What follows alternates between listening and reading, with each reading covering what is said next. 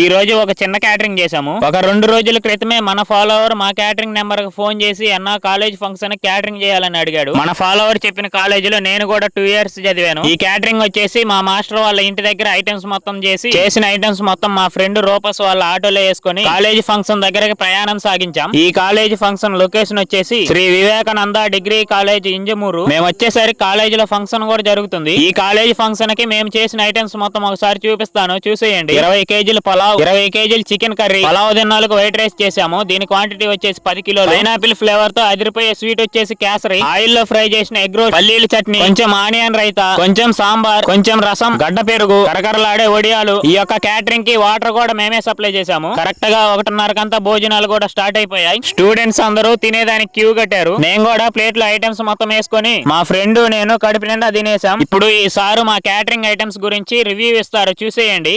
అత్యద్భుతంగా క్యాటరింగ్ నిర్వహించినటువంటి Everest catering నగవాడ వారికి, అదేవిధంగా దీక్షిత సౌండ్ సిస్టమ్ వారికి హృదయపూర్వక ధన్యవాదాలు తెలియజేసుకుంటున్నాం. వివేకానంద విద్యా సంస్థల తరఫున చాలా రుచికరమైన ఆహార పదార్థాలు, చాలా హైజీనిక్ గా ఉన్నాయి, చాలా అత్యద్భుతంగా ఉన్నాయి. ఇంకా ఎవరైనా మీకు ఫంక్షన్స్ ఉంటే దయచేసి ఎవరెస్ట్ క్యాటరింగ్ వాళ్ళని సంప్రదించాల్సిందిగా నా సలహా.